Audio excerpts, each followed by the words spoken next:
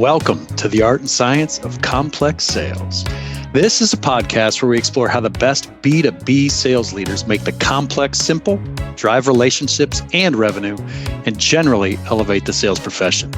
In this podcast, we're bringing together sales experts, thought leaders, top account executives, buyers, industry insiders, all to share their experiences and best practices for navigating the complex sales cycle. So whether you're a seasoned sales professional, a sales leader, or just starting out, you're going to find practical insights and actionable advice that you can apply to your own sales journey. Plus, we have a bit of fun. This is Paul Fuller of Membrain, and welcome back to the Art and Science of Complex Sales. Today, I have two kindred spirits and people that I'm proud to call friends, Bryan Gray and Meg Kopka. Bryan is author of The Priority Sale, and he is ensuring B2B sellers maintain and grow relevance and their impact in the market now and in the future. He's also CEO of Revenue Path Group, which is a full cycle revenue growth consultancy and coaching practice. Meg is a consummate sales professional. She's got expertise and evidence across multiple industries and nearly 20 years in the business. She has an incredibly human-centric and solution-based approach to selling that serves her and her clients very well. Let's get this started. Hey, welcome, Meg and Bryan. Thank you so much for joining me today on the Art and Science of Complex Sales. I'm excited to get started here. I think we can absolutely deliver just a fantastic show for everybody. You know, Bryan, we got to know each other and actually connected. I think we connected pretty well about a week and a half ago, and we had opportunity to just go everywhere in sales, and I'm excited just to bring that to the people. Do it. Thanks for having me. Absolutely. Yeah. Thanks for both of you showing up. This is awesome. One of the things, and Bryan, I'm going to point this to you, is we do this with every new person on the podcast, and we're all in this wacky wide world of sales. Mm-hmm. But getting a common definition is something that we should probably start out at the beginning. So, how do you define sales?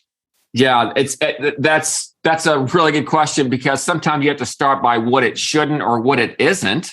You might not get this in my voice, but I actually started selling before the internet. I think I've got age on all of you here. So I started selling back in 1989 when fax machines were like super hot. And here we are today, still giving it hell and going after it. But one of the things I think sales is it's not about getting somebody to do something that's in your best interest. It's not about being at odds with the prospect. It's not about handling objections. I think that might have been how most of us entered the world of sales, which is probably why it has the reputation it tends to have. What I believe sales is really as simply as this. It's the ability to connect your real impact with your prospect's top priority. I'm not saying it's a matching game, but I do believe it has more of a consultative bent to where your job as a seller is to understand the real impact of what you're doing and simply seeking those prospects who are prioritizing what it is you can do for them. And once you see sales from that perspective, it becomes very joyful, it becomes very consultative, it becomes very rewarding, and your margins will improve as well. So Meg, you took a journey and have joined a Revenue Path Group recently. How does that jibe with your journey in sales and this idea of connecting your real impact? Like, what is that? Like, how does that jibe with your journey? Yeah. So Paul, I started my journey years ago back in the medical device and pharmaceutical industry. And so after Bryan or before Bryan? Post-fax machine. Post-fax or pre-fax? We had a little bit of internet. So I was a little bit. Could you text? I could, but it was like that's a good benchmark, Paul. A, B, C, right? D. My thumbs are huge because I built them. The texts are really short too. But back then, but when it ended up, I absolutely loved sales in general. I think my personality naturally lends itself. I'm naturally curious. I like to ask a lot of questions. And I really like to get into like the deep thoughts and what people are really wanting to know, needing to know, so to speak. But then, that industry really started turning into, there was less and less access to these physicians to have meaningful conversations about their patients and what really the outcomes they needed and wanted for their patients.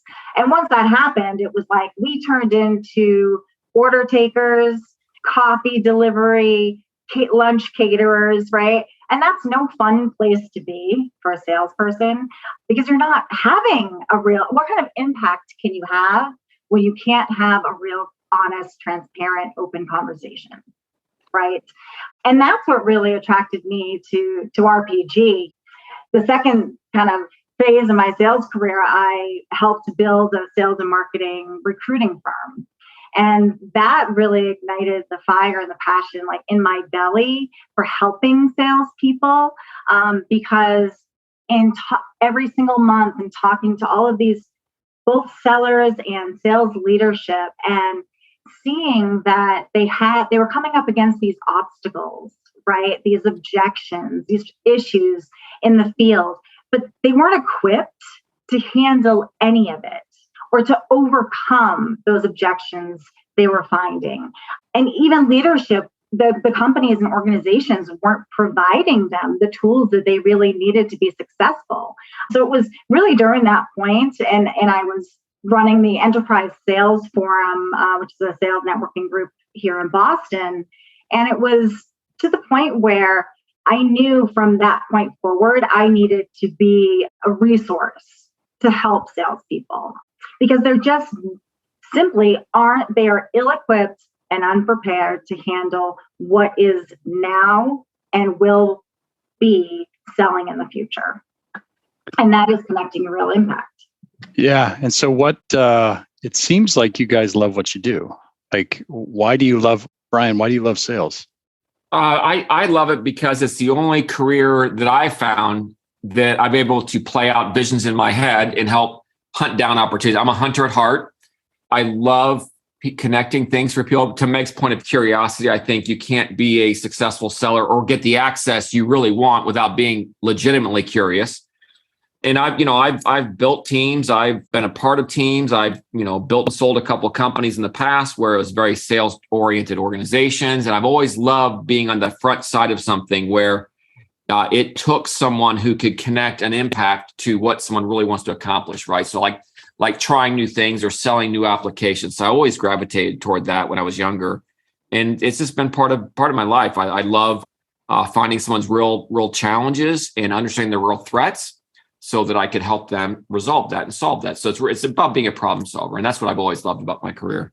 So you're talking about impact, you're talking about problem solving, you're talking about passion, you're talking about love. You're not talking, what I'm not hearing you say is, and this is actually, it's fascinating when I talk to the more and more true sales leaders and people in the market that have made an impact on hundreds and thousands of lives, right? It's the one thing that I'm not hearing is, the transaction, the money. And it's not that it's not that they discount that or you're in sales to make no money.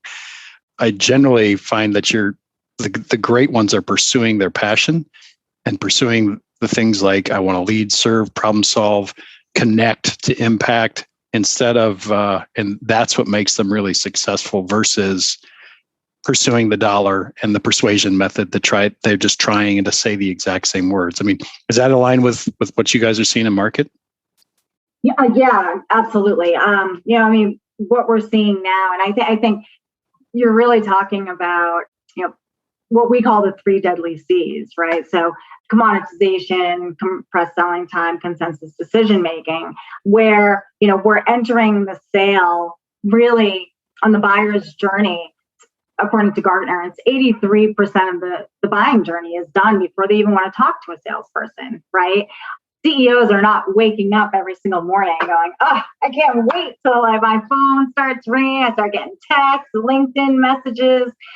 Unless it's you calling. Oh, unless it's me, of course. Because I always have something positive to say. That is one of your strengths. My number 2 strength finder. My number 2 strength. Positivity. Positivity, baby. Yeah, there you go. Connectivity is number 1, which is also, very important when you're trying to make deals happen, bring people together, bring solutions together. But really, this upcoming era of what we call value collapse is when you're coming in at the procurement end of the sale, right? The company is already looking, they've already decided they need a solution. And now guess what? You are just number three vendors that now they're just getting prices from, and now they're just comparing. And you have lost all of your value at that point. Sellers need to get in earlier at a higher level. And right now, I think it's a situation where people are getting commoditized all of the time. And then you're just one of, three great vendors that, hey, who's the cheapest? Who's the cheapest today? I'll go with them, right? You win the business. I think that's one of the things, Meg. You talked about hearing passion and curiosity. And if we get to this point in the conversation today, it will be interesting when we look at what the selling profession and career will look like in the next 1, 3, 5, and 7 years. Those who choose to do this for the money will find there is no money left to be made when you're brought into Meg's point at the very end. So that I think that the only sellers that will survive this big transformation will be those who are the most curious, the ones who can be consultative. And like any career in your life, that when you find something you passionately love to do, there's always enough money to go around, right? So it's never the money that drives the pursuit. It's the pursuit that actually creates the money, whether you're trying to create money or not. Well, you wrote a book on this and you founded a company based on this. In terms of those, you believe that strongly enough that you took the leap of founding the company and then just codifying in a book. Tell me a little bit about that. Yeah, to Meg's point, it's rooted in a fundamental belief that the biggest current threat that organizations face is becoming a commodity in their prospects' eyes. And what's making it worse, decision-making teams keep getting bigger, and they're ignoring salespeople to the very end of the buying journey. It's driving what we call a race to the bottom, right? Driven by the 3 deadly C's: commoditization, compressed selling time, and consensus decision-making. And sales teams are unprepared and ill-equipped to fight back against these 3 deadly C's. And it's going to get worse on us faster. As Meg mentioned, Gartner said 83% of the buying journey is done before a seller is even invited in. That's pre-pandemic. People don't want to meet with salespeople when they're shopping. They only meet with them when they have to meet with them. And that's going to soon be swept away by artificial intelligence, to where if you're entering the sale at the last minute like everyone else, there's not much room left for you. The only future and hope in sales are for those who have the ability to get in earlier at a higher level with the right decision makers before they've even started shopping. So you won't get there unless you're very passionate about what you do, unless you're very curious about what you do, and whether you have a consultative mindset or not. So when I wrote the book, to your point, Paul, I didn't feel the world needed another sales training book or my God, there's too many thousands of those already. But I think what people did need is some kind of a guidepost to how do I sell in a world where my access has been completely taken away. Right now, with half the people always virtual, we won't be getting in rooms full of all the decision makers anymore. And organizations are completely distracted. And if we can't find ways to get influence and access earlier, right, we might as well just be that commoditized sale, which AI will take over. So I had a great conversation the other day with, I think you know him. I don't know if you know a guy by the name of Dave Curlin. He Yep. Mm-hmm. Yeah, he had this analogy that I absolutely loved. He's like, it was essentially, he went to a lot of baseball games, youth baseball games growing up. His son played in youth baseball and he went to a lot of youth baseball games. And the coaching that he would see from the sidelines to the pitcher that was, throwing the ball over the catcher's head or you pitch, it would be, 9 feet wide. And the coach would yell out, "Hey, throw strikes." Right. And that was the level of coaching that you'd see in the games. And I just resonated with that so much because I was told early on that it's like, hey, call high. Hey, get in early. Yeah. And it was like, well, what the hell does that mean, coach? Right. How do I do it? Well, it's funny you say that because my son pitched up through his sophomore year of college. An arm injury did him in, but his college coach was yelling throw strikes in the dugout. And my son's 20 years old going, oh, that's it. I forgot. I forgot that. Yeah, I was trying to. We love what Dave's doing with the Objective Management Group. We're fascinated. In fact, that's such a critical component of what we're doing, because you can't just tell them, make more calls, go do this, go do that, without understanding specifically what needs to be developed. And to stay with the pitching analogy, instead of saying pound the zone and throw strikes, now you can have metrics on arm slot, rotation speed of the pitch, so that you actually can work with data now to actually make very specific improvements. The same is true with salespeople, right? All day long, we all know we need to get an earlier at a higher level, right? But here's what most salespeople tell you: I don't know what to say. And what they're really saying is, I'm afraid to call on someone 2 levels above where I'm used to calling on. So if we need to transform this sales organization so they're getting earlier access at higher levels before the prospect is even shopping, you better have a take, and you better have the ability and the skills and the fortitude to have bold conversations with complete strangers. And most sellers do not know how to do that.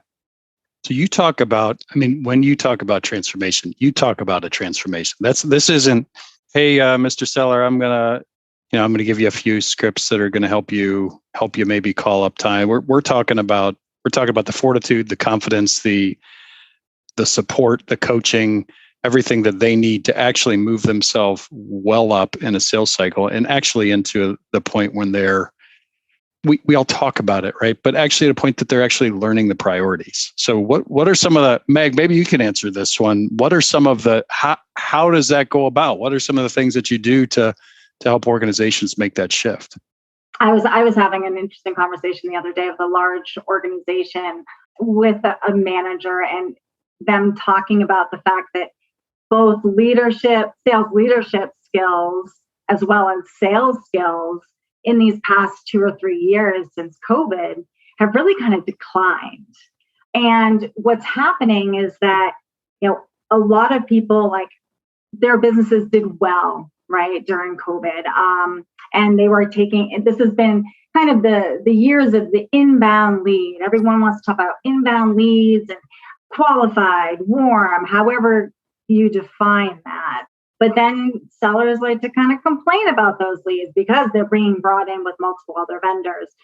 And we really need to move towards re-equipping these salespeople and these sales leaders, and going back to, the OMG, and being able to find real coaching opportunities and where the skill sets are missing, and not to define weaknesses, so to speak, but to really find specific opportunities to define what they need to do to be better, to ask the right questions, to get rid of the self-limiting beliefs, right? I have a huge love for self-limiting beliefs, and anybody who doesn't know what a self-limiting belief is, for an example, a huge one is the need to be liked.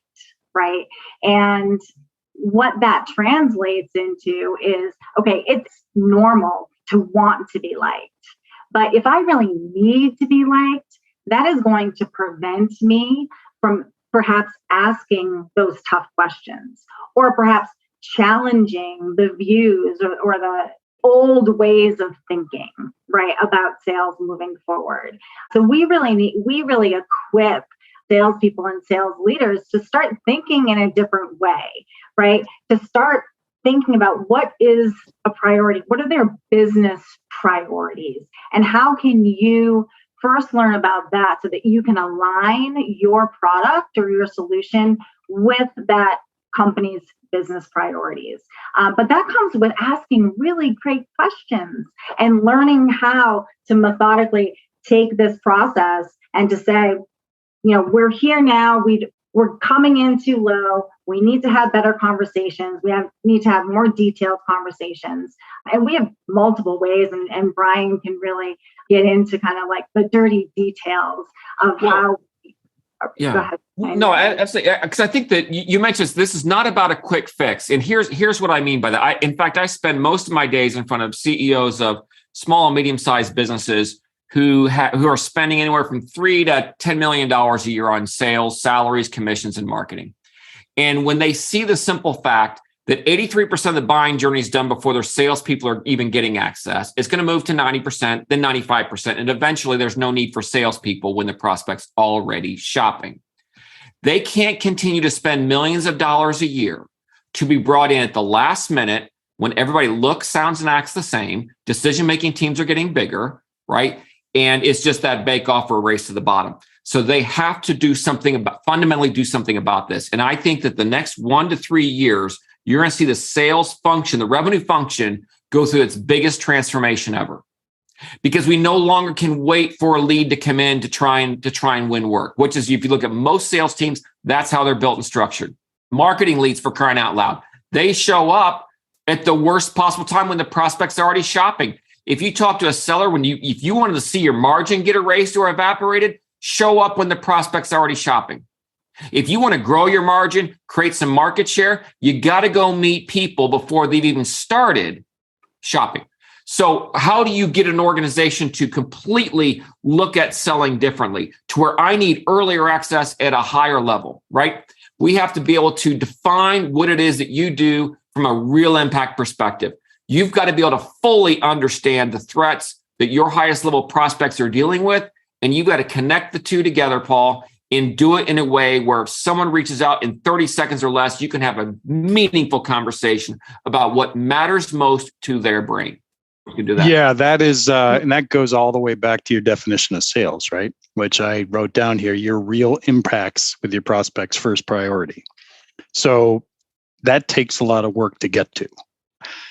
Tell me a little bit about either how you do that. You can pick your path here, but I really want to know, how are we driving that messaging? How are we figuring out how we work with find that impact that we're connecting to the first priority? Because that's got to be messaging, questioning, skills. I mean, it's all of the above. Yeah, we call it your priority position, right? If you want access to the priority level, because when you think about the phases a buyer goes through, procurement's the last end, right? That's when they're shopping and buying. But even in front of that, you have the planning phase. Do we have the time, resources, and money to pick and choose what initiative we're going to take advantage of? But even in front of that, Paul, you have the priority phase, which is where priorities, budgets are rearranged, right? It's what the organization chooses to do, the most urgent and important things for that organization. So the first thing a company needs to do is understand what is our real impact. And there's a couple different ways. I think Meg can point us to some resources we provide. But how do you develop your real impact? And when you talk to most sellers, like, why would someone choose you? The reasons you get are people make the difference, or our process, and like that's noise. No one understands what that means. So for you to be able to start, you have to understand what the real impact of what you do to an organization. Then we need to identify what level do you want to start entering. I challenge every single sales organization. You must start 2 levels above where you currently are entering the sale now. The person that reaches out to you, Paul, for a quote or for a meeting, you need to be 2 levels above that person. So what are the threats that person deals with on a day in and day out basis? What is it that keeps them awake? What is it that challenges them, that pressures them, that they will do something about? And then we have to play the matchmaker role. How is your real impact connected to in helping make that threat actually go away for the prospect? This exercise takes time, but it's also where value is created. Because I always ask this rhetorical question, who, Paul, determines your value when you don't define it and your sellers can't defend it? I'll tell you who determines your value if you can't define it, your sellers can't defend it, your prospect does. And when they bring you in with 2 other companies who all sound, look, and act the same, right? They've determined your value. Versus if you really understand your value, guess what? You could have a conversation with the right person much earlier and actually create a sale. I don't know why this is hitting my brain right now, but it is. This was probably 10 years ago, right? I believed that this was the case about 10 years ago, that there's a marketing persona, right? We have a marketing persona, and the salesperson's job is to turn that into what we say is a person. They have to make it real. The salesperson's job is to have a conversation, to make that idea of this persona of who we're going to go after, actually have a conversation and operate with them. I think that is starting to become the shift in my mind that we're getting to from a sales and marketing perspective, where we're just starting to call it revenue, right? Is the fact that you have to be in such alignment between what marketing is thinking on that persona, and then actually how you're describing that within this idea of impact, how we make this correct impact with these specific problems.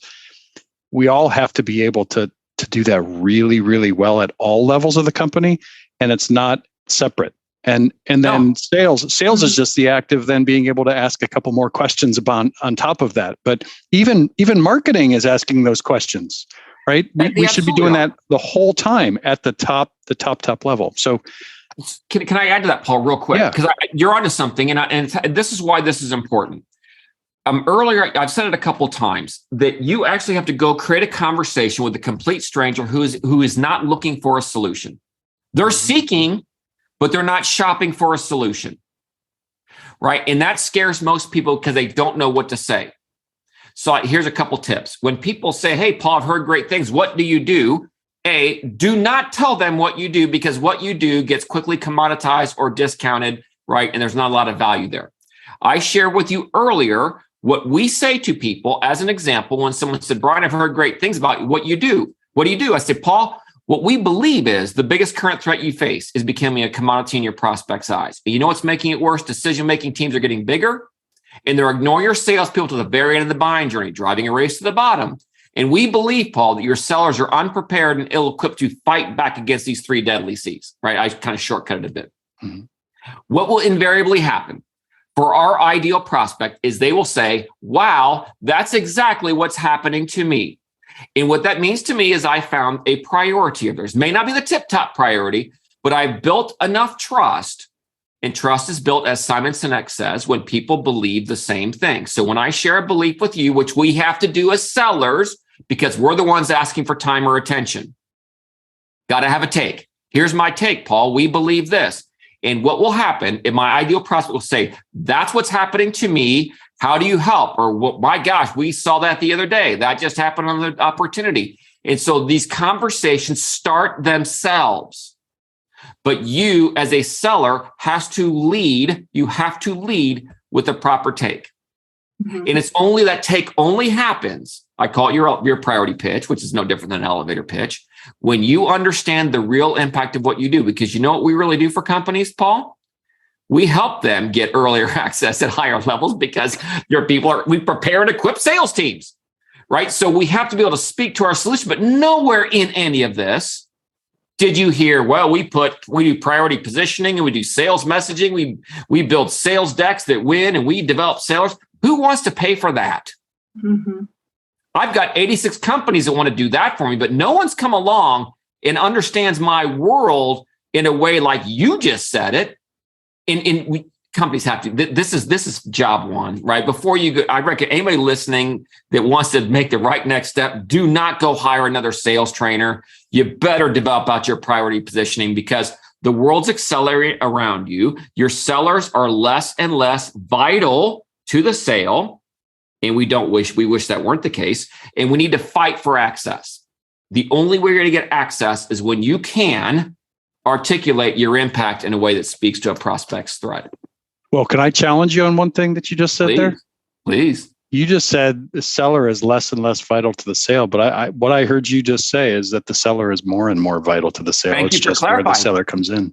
Absolutely. And who determines your value if you don't define it and they can't defend it? So what I mean by that, if you're being brought in at the last minute by the prospect because they need 3 bids, they don't think you're that vital. I just need a quote. Mm-hmm.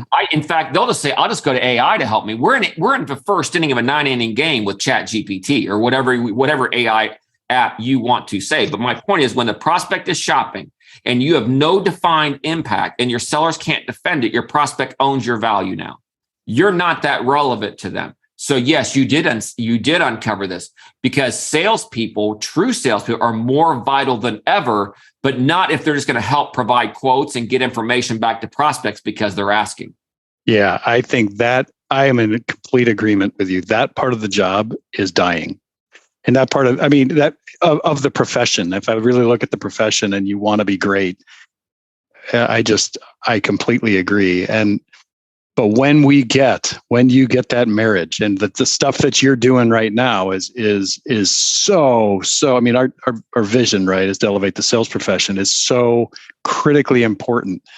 to not just elevate the profession, but to make the profession continually relevant.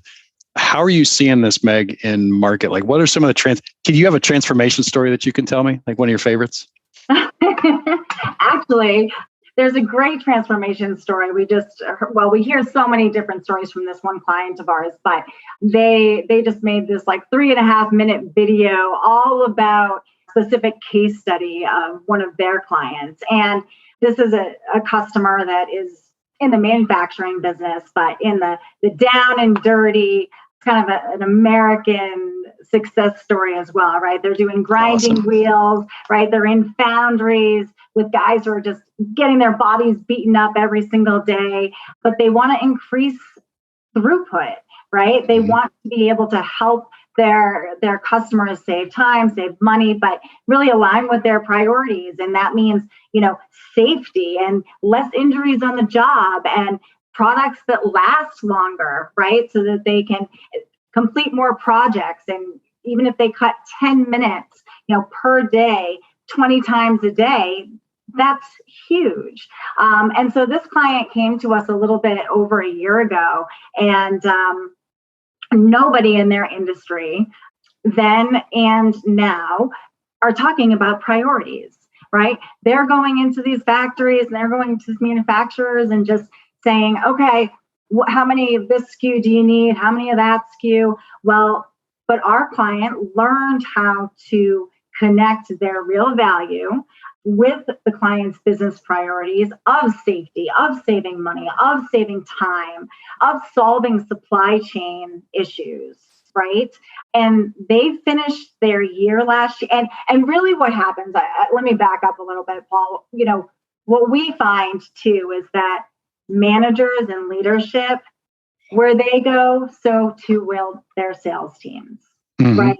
So it's finding success through your sales team as a leader and being able to help them and coach them appropriately to what they're learning about priorities and questioning to priorities.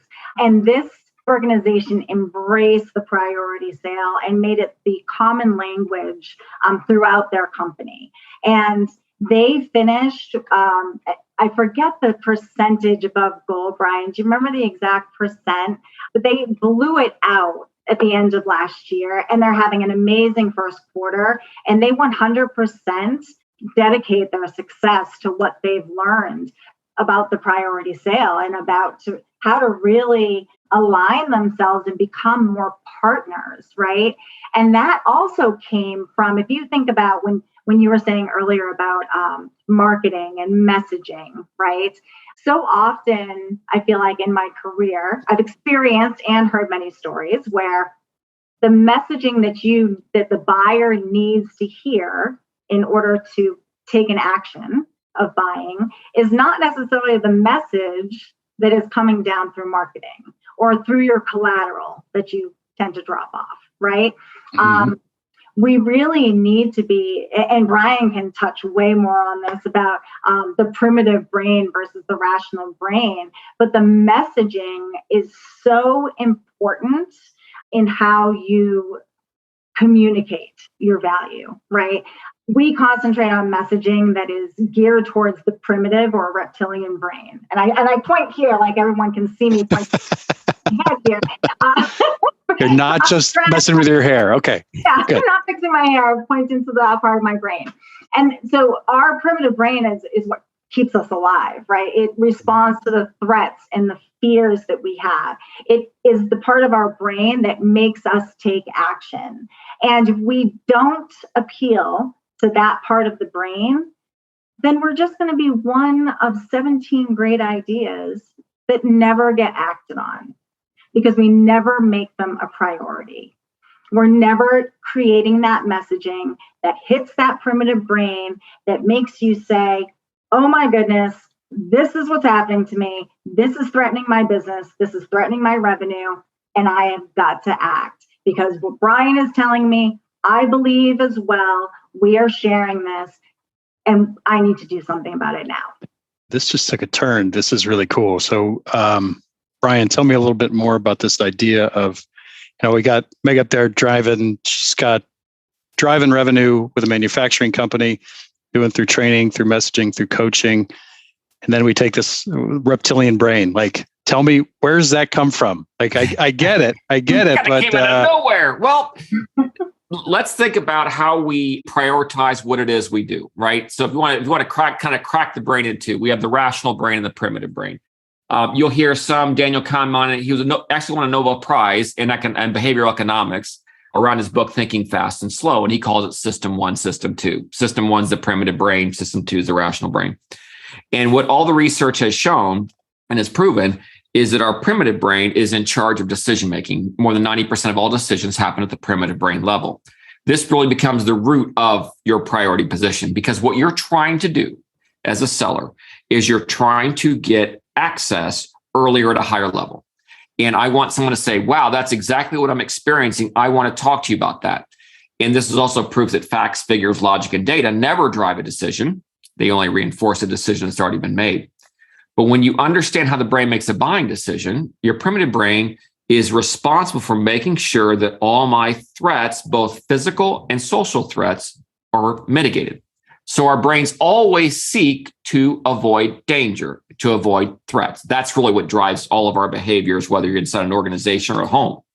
So when you understand how the behavioral side of how our brains make decisions, and you can connect your real impact to their priorities, because to us, Paul, priorities are commitments to eliminate our threats. That becomes our priority, right? Because people don't buy every great idea. They don't act on every rationally great thing to do. They only act on a very few things, and those are priorities. And priorities are commitments to make my threats go away. So when we talk about getting access and someone to pay attention to what you're saying, you better be speaking to their priority, which if you peel it back, it speaks to a threat of theirs. If you think of the construct of our priority position, we believe the biggest current threat you face is blah, blah, blah, blah, blah, right? And what happens to the primitive brain, it connects with it. And they say, okay, that's what's happening to me. I'm tired of being brought in at the last minute. I'm tired of losing these deals that should be mine. Those become threats to somebody. And if they're threatening enough, they'll actually want to do something about it. Because we never connect with anyone for rational reasons, because it's too much noise. And we really want to use our rational brain because it takes way too much energy to actually use my rational brain. So I'm kind of shortcutting the whole education around the two brains, but it's the heart of finding someone's priority is you have to understand what their threats are, because that's what the brain will actually act on. Well, I grew up in social science, and one of the most flawed models like ever, and there's like 9 of them that I learned, but is a complete rational model of decision making, right? And that's because it has elements, I know, but it never drives. It never drives. No, right? It's never the driver. Supports. Yeah, absolutely. Well, this has been fantastic. Like I think we could probably dive in for another 3-4 hours if we really chose to. One of the things that I want before we leave, what are we seeing? So you're seeing the next 1 to 3 years as being one of the most transformational in sales, right? What do you think we can do as an industry? I know we need to get up into the priority, but what are some of the actions that you would recommend just to the industry that we take together that ensure that we can make sure that we get in sooner, really drive the excellence in sales? What are some of the things that you think we should be doing? Let me start with some opportunity here, some hope and opportunity. And this is what I speak to leaders. I frequently share this concept because it's crucial to leadership understanding. Is we can talk a lot about this era of value collapse. And what I've meant by that is that so much value is taken out of the equation that you may not need sellers anymore if they can't create value for you, because AI will take over, and it's not about, just things will happen much faster with lower margin. The same revenue function that you're seeing value collapse around you is also that same function that can create a significant amount of market share growth and margin growth. The same function. So we have to understand the importance of this transformation, because where we're seeing value collapse now actually can create outsized market share growth and margin growth. It's the same function. We have to see it that way. And what organizations must do, Paul, is they must obsess over when their sellers enter, where they enter, and how they enter the sale. 3 key steps. Number 1, they have to develop their priority positioning. And that consists of the simple question of why in the world should I take a meeting on this right now? Think about this. When you're brought at the last minute, all the prospect wants to know, Paul, why should I choose you over these 3 other companies that sound exactly the same? Why you? When you're trying to get a meeting earlier at a higher level, they're not even shopping. So you have to address 2 additional why questions. Why this and why now? I'm busy. Why should I talk about this and why should I talk about it now? First, crucial fundamental step, develop your priority positioning, which allows you the confidence to have those and start those conversations. We need to do that first and foremost. Second, we must provide better selling tools for our sales people. Meg, you found something the other day, didn't you? 70 to 80% of marketing collateral never gets used in the selling process.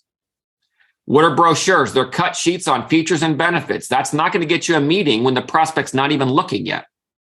So you must develop the right kind of selling tools that are designed to bring the right insights and the right connection to your prospects' challenges and threats early so they'll actually take that meeting.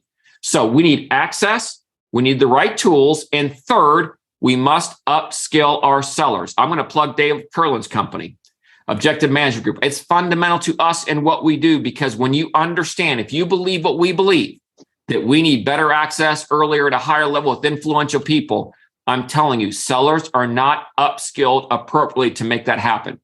Doesn't mean we can't get them there, but we can't just keep saying throw strikes and pound the zone. We better find out what we need to work on so that we can throw those strikes more consistently. How about that for the callback? How about that for rounding it all up? Look at that bow. Look at that bow. That was awesome. That was awesome. I would love to add to what Bryan just said. We actually developed what we call the snazzy title of an elevator pitch challenge. And I would like to make that available to all of your listeners, and it's something simple, step by step, but I would challenge sales leaders to ask their sellers to give them their elevator pitch. And we would be happy to take a look at it and give feedback and see how the exercise goes, because your sellers are out there and they're talking to people and they're saying something. But do you really know what? Meg, that is such a good idea. I call it the world's most dangerous exercise, or the ultimate truth serum. Because, thank you, Meg. I didn't preface this by saying all growth begins with telling ourselves the truth. Mm-hmm. And as Meg mentioned, we have salespeople out there today saying things to people. And it might be nice as a leader to understand what they're selling, especially if you believe what I believe is your salespeople are the window to your relevancy. If they're watching value collapse in front of them, yet they can create value, why don't we find out what they're saying to complete strangers, Paul, when someone says, why should I take a call with you? But if you did understand that, we don't put the 30-second time limit, right, Meg? We give them all the time they want. But when you get these answers back, you go, oh my gosh. And I just learned from Paul's podcast that we need to be able to get earlier access at a higher level. And this may not do it. You get me a link or something that I could put in there to make sure that people can connect with you. And absolutely, I think we'll get a bunch of people taking it. I recommend doing it.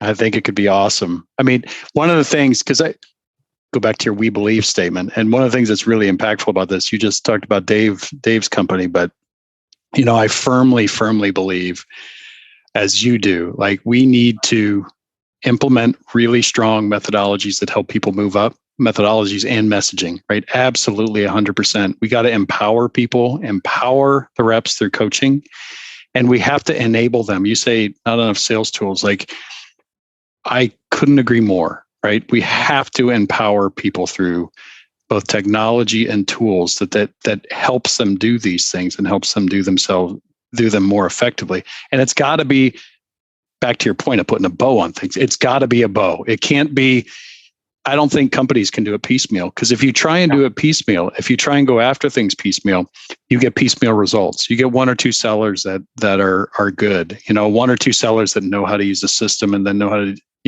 one or two sellers that know how to use methodologies, and they may be a superstar. They may get in earlier, but that's not what most companies are about. Most companies need to raise their B+ players to A plus players, and at least take the C players to the A, right? Yeah.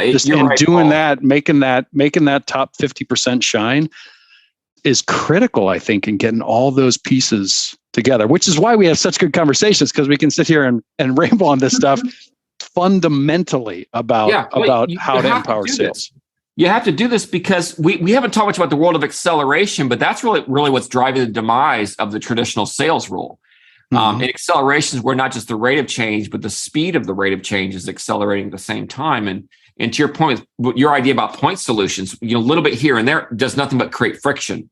And friction is the enemy of acceleration. So you're right. We live in a world where ecosystems matter, right? That we can't keep talking about sales does this and marketing does that, right? That's nothing but friction. And friction is really, really bad in a world that's accelerating around us faster and faster.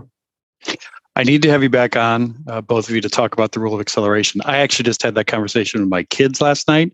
I was talking about the fact that I had a rotary phone, and they were like, "What is a rotary phone?" And then, wait, come on now. And then I was talking about my parents and how long my parents actually lived with a rotary phone, and then. Man, people had the 1123 phone numbers were fun to do, but the 786 numbers, oh my God, what did I miss?